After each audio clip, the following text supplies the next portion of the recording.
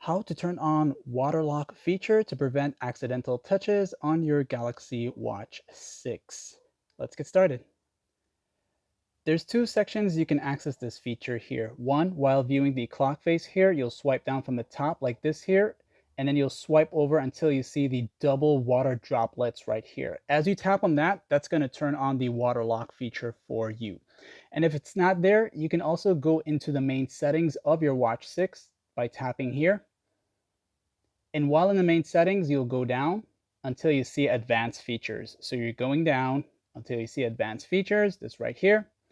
As you enter into the advanced features section, go down until you see water lock. You'll tap on it once, and then you'll see the switch to turn it on. Now, when you turn this on, basically what's going to happen is it's going to prevent any sort of touch interactions on your Watch 6 itself. So no matter what I do right now here, it's not going to do anything, swipe, whatever it is, it's not going to do anything. And this is only useful when you are not planning to use your watch and you don't want it to be accidentally touching anything on it.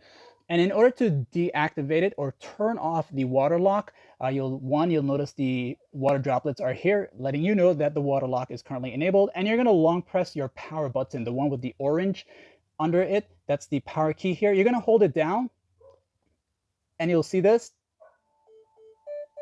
And then you just let it go and press it again a second time, and it's going to deactivate the water lock. And then you should be able to access your touch interactions or touch your display of your Watch 6. And you can enable this or disable this at any given time, like in sub.